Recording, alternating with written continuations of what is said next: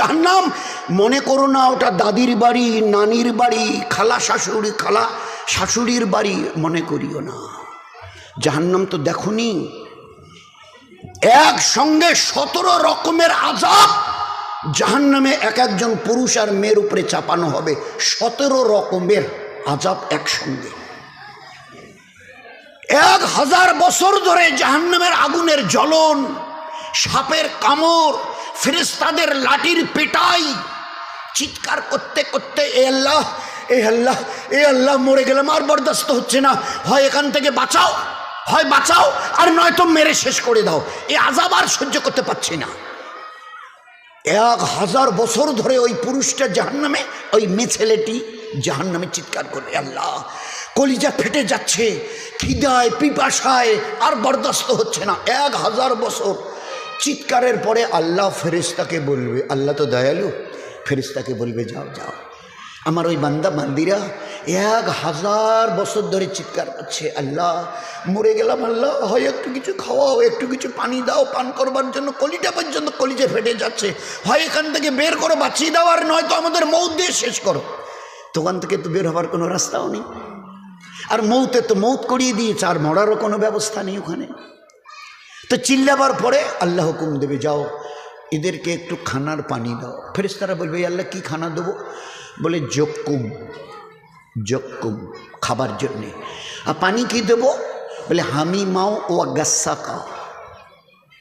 জক্কুম বলা হয় একটা কাঁটাদার গাছ, আমরা এখন তো এখন খুব একটা চোখে দেখা যায় না, ওই ময়নার গাছ রাস্তার ধারে হতো, আর এইরকম লম্বা লম্বা কাটা, আর একটা ঠিস ঠিস ঠিস ঠিস করে কাটা হতো, একেবারে চতুর্দিকে কাটা, ওই রকম কাটাযুক্ত গাছ জক্কুম তার নাম হবে, তাকে নিয়ে গিয়ে খাওয়ানো হবে। তো ওটা যখন ফেরেশতারা খাইয়ে দেবে, চতুর্দিকে কাটা থই থই করছে, তো গলার মাঝখানে গিয়ে আটকে যাবে, না গিলতে পারবে, না অক করে ফেলে দিতে পারবে, না ঢোক গিলতে পারবে, না ফেলতে পারবে, গলার মাঝখানে গিয়ে পেট আর মুখের বাইরে আটকে যাবে গলায়। আচ্ছা, এই যে কাঁটাগুলো চতুর্দিকে গলার কণ্ঠনালীতে আটকে গেল, বিষগুলো, এর কাঁটাগুলোর বিষ আছে? কোনো বিষ আছে? দয়ার নবী শুনিয়েছেন, এই কাঁটাগুলোর একটা কাঁটা হাতে নিয়ে কেউ যদি দুনিয়ার একটা জমিনের উপরে একটু দাগ দেয়, চিহ্ন দেয়, দাগ, একটা কাঁটার মাথা দিয়ে যদি একটু দাগ দেয়, তো গোটা দুনিয়া বিষের জ্বলে যাবে, গোটা দুনিয়া ওই বিষের চোটে জ্বলে যাবে। তো একটা কাঁটার আসরের মধ্যে যদি ওই বিষ থাকে, তো শত সহস্র কাঁটা যখন চতুর্দিকে আটকে যাবে, কি অবস্থা হবে? চিৎকার আরো বেড়ে যাবে, আল্লাহ পানি পানি। আল্লাহ বলবে হামিমা ও গাসা। হামিমা মানে জাহান্নামের আগুনে পানিকে এত ফোটাও যে এর তাপ যেন 1 মাইল দূরে থাকতে ওর কলিজায় গিয়ে পড়ে। 1 মাইল দূরে ফেরেশতারা বর্তনে নিয়ে আসবে গামলায় গরম পানি, 1 মাইল, নবীজি বলছেন 1 মাইল দূরের থেকে ওই গরম পানির তাপ তার কলিজায় লাগবে, তাপ, কলিজা সিদ্ধ হওয়ার মতো অবস্থা। 2 গাসাক, জাহান্নামীদের ঘায়ের রক্ত মিশ্রিত পচা দুর্গন্ধযুক্ত পুঁজ, এটাকেও জাহান্নামের আগুনে গরম করে নিয়ে আসা হবে। ঠান্ডা মাথায় চিন্তা করি দোস্ত, ও দিন যেন দেখতে না হয়। সবার জবানি যাবে, বুড়াপা যাবে, এই 2, 3, 4 তলার ওই উপরে ডানলপের ওই গদি থেকে নামিয়ে ওই বাঁশঝাড়ে পুঁতে দেয়া হবে। ওদিন আসছে নয়, আসছেই। ট্রাই টু রিমেম্বার, ওদিন আ রাহা হ্যায়, ইয়াদ রাখনা, ওদিন আ রাহা হ্যায়। 1 মাইল দূর থেকে যখন তাপ লাগবে গরম পানি, আর ওই জাহান্নামীদের ঘায়ের রক্ত মিশ্রিত দুর্গন্ধযুক্ত পচা পুঁজ, তাকে জাহান্নামের আগুনে গরম করা। 1 মাইলে থাকতেই বলবে, আল্লাহ আল্লাহ আল্লাহ, ফেরেশতাকে বলো আমি আর পান করবো না, আল্লাহ আমার পিপাসা মিটে গেছে, নিয়ে যাও। আল্লাহ ফেরেশতাকে বলবে জবাব দাও। ফেরেশতা বলবে তোমার জন্য এটা অ্যালট হয়ে গেছে, সিলেক্ট হয়ে গেছে তোমার জন্য। ওই যেমন বাড়িঘর, অঞ্চল অফিসে, বিডিও অফিস থেকে সিলেক্ট হয় না, আপনার এত ভাতা, এত ইমামের বেতন, এত মুয়াজ্জিনের বেতন, ওটা অ্যালট হয়ে গেছে। তো ফেরেশতারা বলবে এটা আল্লাহর তরফ থেকে অ্যালট হয়ে গেছে। এইবারে বর্তনে ওই গরম পানি আর পচা রক্ত মিশ্রিত পুঁজ ঠোঁটের কাছে লাগিয়ে দেওয়া হবে, পান করো। দয়ার নবী, দয়ার নবী সাল্লাল্লাহু আলাইহি সাল্লাম বলছেন, যখন এই পেয়ালা এনে, ওই গামলা এনে গরম পানি আর পুঁজের ঠোঁটে লাগানো হবে, তো লাগানোর সঙ্গে সঙ্গে এই ঠোঁটটা ফুলে গিয়ে পায়ের কাছে এসে পড়ে যাবে। নিচের ঠোঁটটা, উপরের ঠোঁটটা ফুলে গিয়ে মাথার উপর দিয়ে গিয়ে পিঠের উপরে গিয়ে পড়ে থাকবে। হুজুরের উম্মত, এ হুজুরের উম্মতের মা বোন, ওই দিন আসার আগে জীবনটাকে একটু বাঁচা, ওই দিন আসার আগে জীবনটাকে একটু বাঁচা। এ তো শুনছি, বরদাস্ত হবে তো, বরদাস্ত হবে তো। মৌতের এক ধাক্কা, মৌতের এক যন্ত্রণা, সে কঠিন আযাব। কবরের আযাব তার চাইতে লক্ষ কোটি গুণ বড় বেশি। কিয়ামতের একটা আযাব এই কবরের আযাব থেকে লক্ষ কোটি গুণ বেশি। জাহান্নামের আযাব কিয়ামতের আযাবের থেকে লক্ষ কোটি গুণ বেশি। বলো, আল্লাহর নবী এক সময় কিয়ামতকে বোঝাতে গিয়ে মায়েশা জিজ্ঞাসা করেছিলেন, উত্তর দিয়েছে। আমি হাদিসটা লম্বা করতে যাচ্ছি না, খালি সারাংশটুকু। আয়েশা, তুমি কি বললে? আমার ওই কথাটা শুনে তুমি কি বুঝলে, কি বললে? হুজুর বলছিলেন যে, হুজুর সাল্লাল্লাহু মায়েশা জিজ্ঞাসা, কিয়ামতের মাঠটা কেমন হবে, হাসরের ময়দান, একটু বলেন না। তো নবীজির চোখে পানি এসে গেছে, নবীজির চোখে, ইমামুল আম্বিয়া আমাদের নবী, দয়ার নবীর চোখে। আয়েশা, এই অসময়ে তুমি কিয়ামতের কথা জিজ্ঞাসা করলে, হাসরের মাঠের কথা। আয়েশা, সমস্ত হাসরের মাঠে কোটি কোটি কোটি কোটি বেহেনতে মানুষ দাঁড়াবে, কি পুরুষ কি মেয়ে ছেলে, কারো পরনে কোনো কাপড় থাকবে না, নাঙ্গা অবস্থায় থাকবে, উলঙ্গ উলঙ্গ। শুনে মা আয়েশা রাদিয়াল্লাহু আনহা মাথাটা নিচু করেছে। হুজুর জিজ্ঞাসা করছে, আয়েশা তুমি শুনে মাথাটা নিচু করলে কেন? আল্লাহ রসুল, কত বড় লজ্জা আর শরমের কথা হবে, পুরুষ আর মেয়ে ছেলে সবাই যদি উলঙ্গ অবস্থায় থাকে তো একে অপরের শরমগাহের দিকে তাকাবে, কত বড় ব্যাপারটা লজ্জার হবে বলুন। হুজুর সাল্লাল্লাহু আলাইহি ওয়াসাল্লাম চিক মেরে উঠেছে, কান্না ডুকরে কান্না দিয়েছে, চিক মেরে উঠেছে। আয়েশা, ও আয়েশা, তুমি কিয়ামতের মাঠের দৃশ্য তুমি দেখোনি, আল্লাহ আমাকে দেখিয়েছে, তুমি বলছো একে অপরের শরমগাহের দিয়ে তাকাবে, কত বড় লজ্জার ব্যাপার। আয়েশা, সমস্ত হাসরবাসীর একটা সেকেন্ড অপরের দিকে তো তার তাকানো দূরের কথা, নিজের চেহারার দিকে তাকাবার কারো ফুরসত থাকবে না। সবার নজর আসমানের আল্লাহর আরশের দিকে থাকবে আর বলবে, এ বাড়ি তালা, আজ আমি নাজাত পাবো তো এই কঠিন হাসরের আযাবের মাঠের আযাব থেকে? এ আল্লাহ, আমি নাজাত পাবো তো? হাজার হাজার বছর কেটে যাবে, এক সেকেন্ডের জন্য অপর তো দূরের কথা, মাথা নিচু করার মতো কারো ফুরসত থাকবে না। দোস্ত, এগুলো বয়ান নয়, নিজের জীবনকে বোঝাই। এ জীবন আজ বাদে কাল ওই জায়গায় তোকে দাঁড়াতে হবে, একটু হুশ করে চল। বলে কথা বলছে আয়েশা, ওই সময় হাদিসটা বলেছিলেন, ওই হাসরের মাঠে একটা গর্ভধারিণী মা, তার পেটে বাচ্চা থাকবে, আল্লাহর কিয়ামতের মাঠের আযাব দেখে আযাব থেকে বাঁচাবার জন্য ছেলেটা দৌড় লাগাবে, দৌড়। আর এই দৌড়ানো অবস্থায় তার নিজের বাচ্চা প্রসব হবে, নারী ভূমিগুলো বার হতে হতে মাইলের পর মাইল লম্বা হতে থাকবে, আর মেয়ে ছেলেটা দৌড়াবে, তার প্রসব হয়ে গেছে, সাকিট হয়ে গেছে, দৌড়াতে গিয়ে আযাব থেকে বাঁচার জন্যে।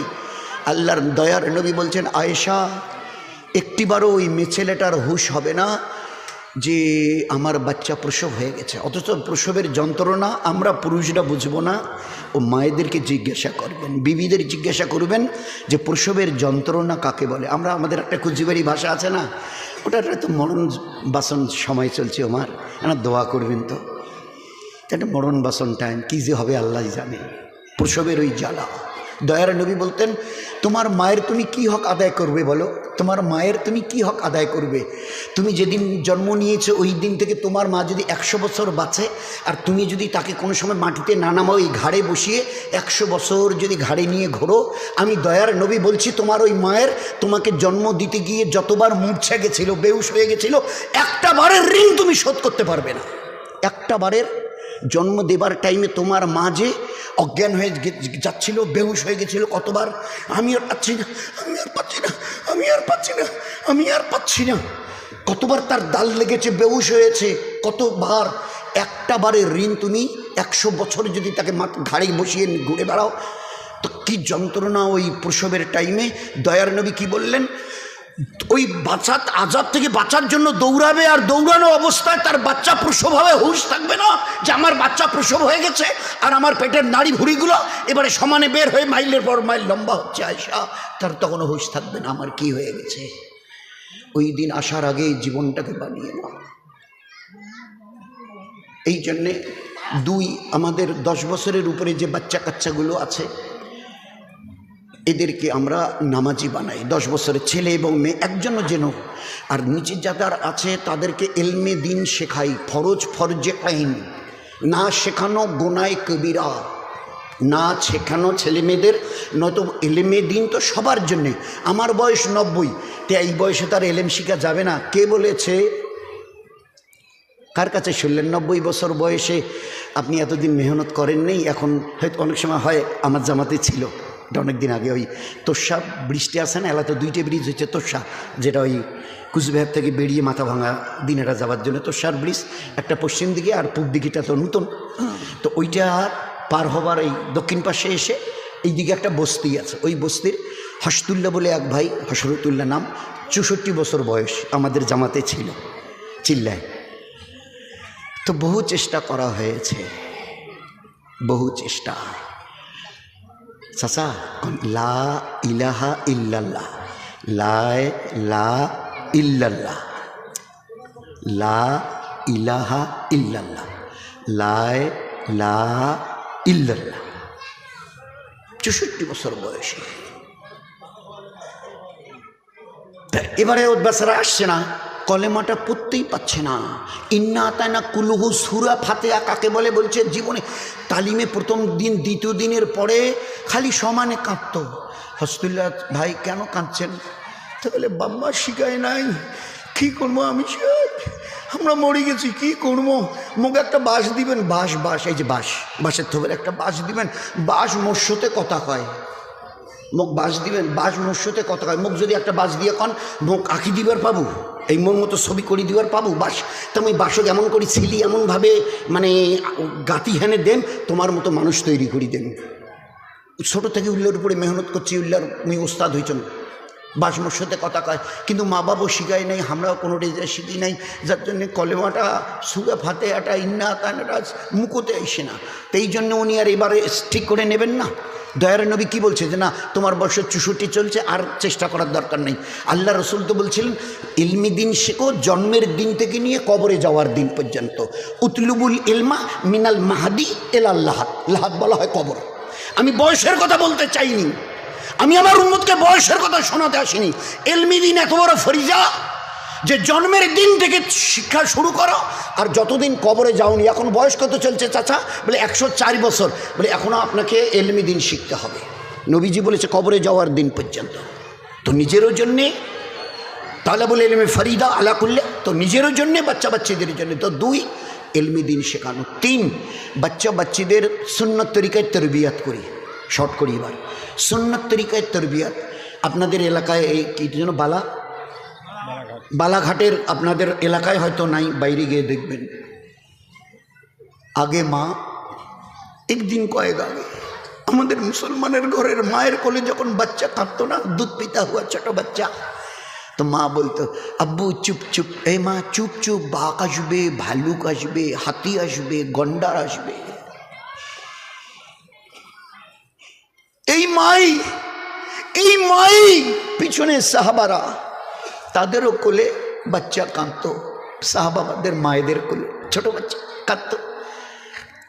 সাহাবাদের মায়েরা কি বলতো? আম্মি চুপ চুপ, আব্বু চুপ চুপ, আল্লাহ আসবে, রসুল আসবে, ফরিস্তা আসবে, কিয়ামত আসবে। একই মা সেদিনের মা দুধ পিতা হুয়া বাচ্চাকে বলতো আল্লাহর কথা, রসুলের কথা, ফরিস্তার কথা, কিয়ামতের কথা।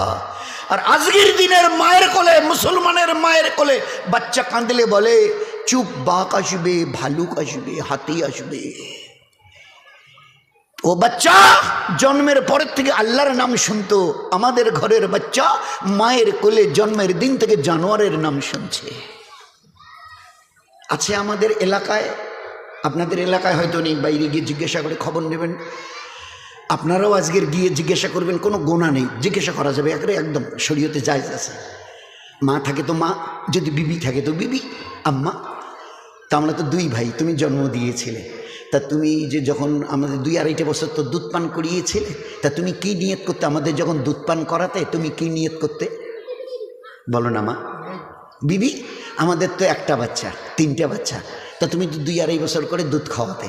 ছোট বাচ্চাদের 2.5 বছর পর্যন্ত ইমাম আবু হানিফা রহমতুল্লাহ রায় দুধ পান করার। তা বাচ্চাকে যে দুধ পান করাতে কি নিয়ত করতে তুমি? তো এরা আসমান থেকে পড়বে, আসমান থেকে বাচ্চাকে দুধ খাওয়াবো, তো আবার নিয়ত কিসের? ওটা কি নামাজ না রমজানের রোজা? এরা তাজ্জব হয়ে শুনবে যে বাচ্চাকে দুধ পান করাতে আবার নিয়ত করতে হয়।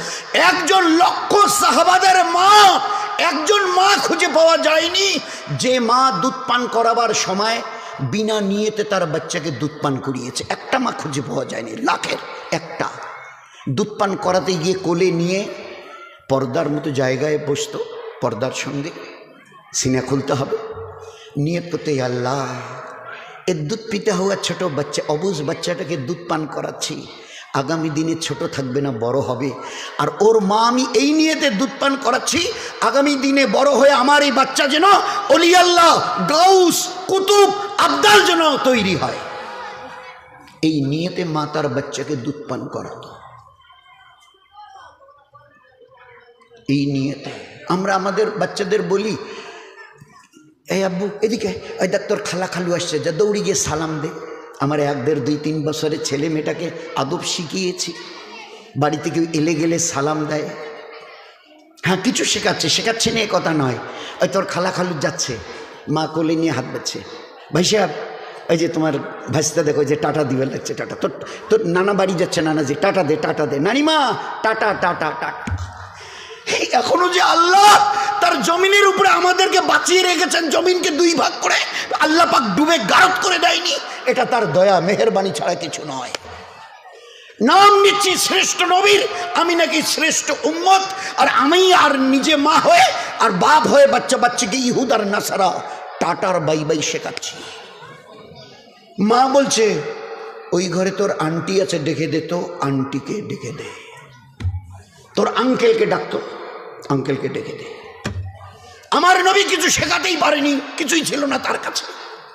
হায় রে আফসোস, ধিক শত ধিক আমাদের। আমি মাঝে মাঝে বলি, আপনারা যখন ওই কাক হয়ে ময়ূরের পাখা লাগান, কাক হয়ে ময়ূরের পাখা, এইবারে গিয়ে কোনো সোনার দোকানে, মিষ্টির দোকানে, কাপড়ের দোকানে গিয়ে যখন বাচ্চারা আঙ্কেল আন্টি এইসব বলে, তখন বিনা পয়সায় মিষ্টি খাওয়ায় তো, বাসের কোনো ভাড়া নেয় না তো, গয়না নিলে কোনো দাম দিতে হয় না তো। তো এইসব কিসের জন্য এই বলছেন? আল্লাহ পাক কোরআনে করিমের মধ্যে খালা খালু দাদি দাদা এগুলো কিচ্ছু শেখায়নি। আমাদের নবী কাকে কি বলে ডাকতে হবে, মামা মামানি, কিচ্ছু শেখায়নি। খালুজি খালা আম্মা কিচ্ছু শেখায়নি। ফুপাজি ফুপু আম্মা কিচ্ছু শেখায়নি। আমাদের নবী কিচ্ছু জানতো না। গোটা দুনিয়া আজকের যেখানে বিজ্ঞানের তরক্কি করেছে, গোটা দুনিয়া জ্ঞান আর বিজ্ঞানের মডার্ন টেকনোলজির যেখানে তরক্কি উন্নতি করে দাঁড়িয়ে আছে, আমার নবীকে জ্ঞান ও বিজ্ঞানের যেখানে পৌঁছে দিয়েছিলেন, ওই জায়গায় এই দুনিয়ার মডার্ন সায়েন্সকে পৌঁছতে আমি কসম দিয়ে বলছি কয়েক লক্ষ বছর যাবে তোমাদের। চিনি আমরা আমাদের নবীকে। একটা সুন্নতকে বুঝতে 1400, 2টে বুঝতে কতদিন যাবে? গোটা জীবনের সুন্নতগুলোকে বুঝতে। আমি তোমাদের নবী বলছি, কোনো গরম খাবারে ফু দিও না, নাক দিয়ে হোক মুখ দিয়ে হোক। আমি নবী মানা করছি। নিঃশ্বাস নিলে O2 অক্সিজেন যায়, আর ওই হাওয়াটাই ভিতরে গিয়ে বেরিয়ে আসে, CO2 কার্বন ডাই অক্সাইড হয়। এটা আমার নবী জানলো কি করে? ও দুনিয়াওয়ালারা জবাব দেবে। Is there any satisfactory answer from yourself? আছে উত্তর, আছে জবাব। সেই দিন শুনে আমরা যখন বলতাম, আমাদের মৌলানারা বলতো, ভাই কোনো খাবারে মুখ নাকের হাওয়া দেওয়া যায় না। তো গায়েররা কি বলতো, দুনিয়ার তরক্কি যারা করতো তার, এগুলো তোমাদের ধর্মের বাড়াবাড়ি। গরম খাবারে নাকি ফু দেওয়া যাবে না, ঠান্ডা করা যাবে না, গরম খাবার মুখে দিয়ে জিভ পড়ো, ঠোঁট পড়ো, পুড়ে চলো, এগুলো তোমাদের ধর্মের বাড়াবাড়ি। একটা আমার নবীর সুন্নতকে বুঝতে 1400। আজকের দুইয়াতে কান ধরে বলছে আমরা বড় ভুল করেছি, জানতাম না তো যে এই নবী এতটা এক্সপার্ট জ্ঞান আর বিজ্ঞানের। ইয়াসিন ওয়াল কোরআনুল হাকিম, এ তো জ্ঞান বিজ্ঞানের খনি যা নবীজির হাতে তুলে দিয়েছি। আমার নবী সরেও সরা কোনো লোকের কাছে শিখিয়েছিল বই বগল দাবা করে গিয়ে? কেমিস্ট্রির পড়েছিল, অক্সিজেন, হাইড্রোজেন, নাইট্রোজেন পেশাবের রাস্তায় NH4 অ্যামোনিয়া বেরিয়ে আসে পানিগুলোতে। আমার নবী কি করে জানলেন? সিগারেটের টান দিলে নিকোটিন তৈরি হয়, আমার নবী কি করে জানলেন? বলেন না, কি করে জানলেন? সাহাবাদের সঙ্গে বসে কিছু একটা পান করছিল, দুধ, কেতাবে এসছে হাদিসে পাতায়, হাদিসে পাকের দুধ। তো একজন সাহাবী ওই অবস্থায় উঠলো। হুজুর জিজ্ঞাসা করলেন, তুমি খেতে খেতে উঠে গেলে? আল্লাহ রসুল একটা মাছি ওই দুধের মধ্যে পড়ে গেছে, ফেলে দিতে যাচ্ছে, দুধটাকে ফেলে দিতে, মাছি পড়ে গেছে। হুজুর কি বললেন? বসো, ওই মাছিটাকে দুধের ভিতরে ভালো করে চুবিয়ে দাও, পুরোটাকে চুবিয়ে দাও, চুবিয়ে দিয়ে মাছিটাকে তুলে ফেলে দিয়ে দুধটা পান করো।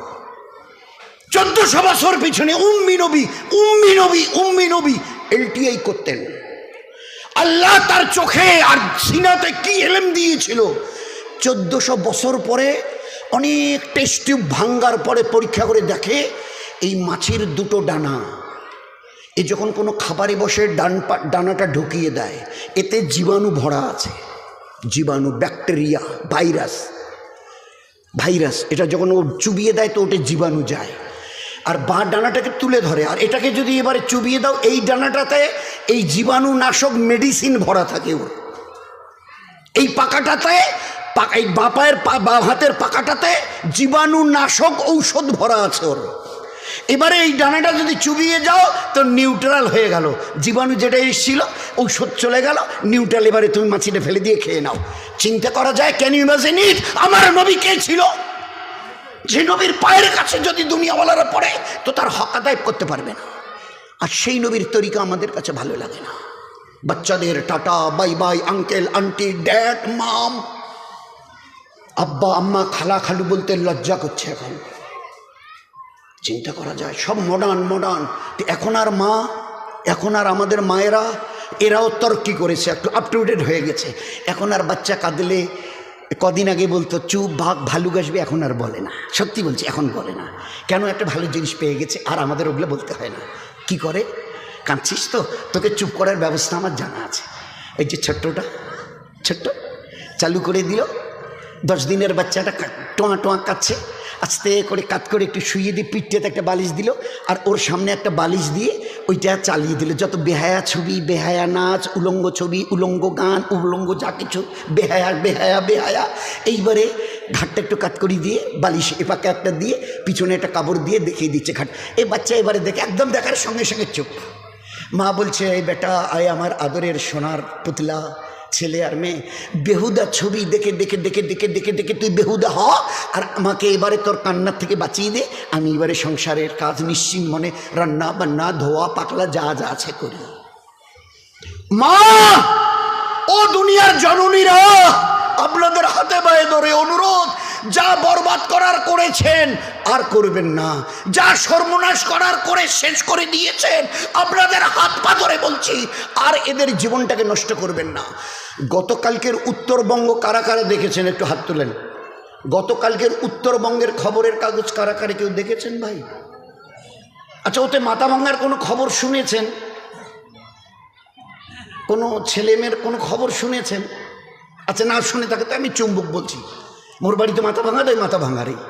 গতকালকের উত্তরবঙ্গের খাটের বাড়ির একটা ছেলে আর মেয়ে বাঁশঝাড়ি গিয়ে রেপ করেছে। ছেলে আর মেয়ে দুইটাই মুসলমান, বাচ্চা, বাঁশঝাড়ি গিয়ে রেপ করেছে। ছেলেটার বয়স 11 বছর, মেয়েটার বয়স 6 বছর। কেন বিলিভ ইট? ভাবতে পারছেন কোথায় চলে যাচ্ছি? 11 বছরের ছেলে আর 6 বছরের মেয়ে। গতকালকের খবরের কাগজ উত্তরবঙ্গে,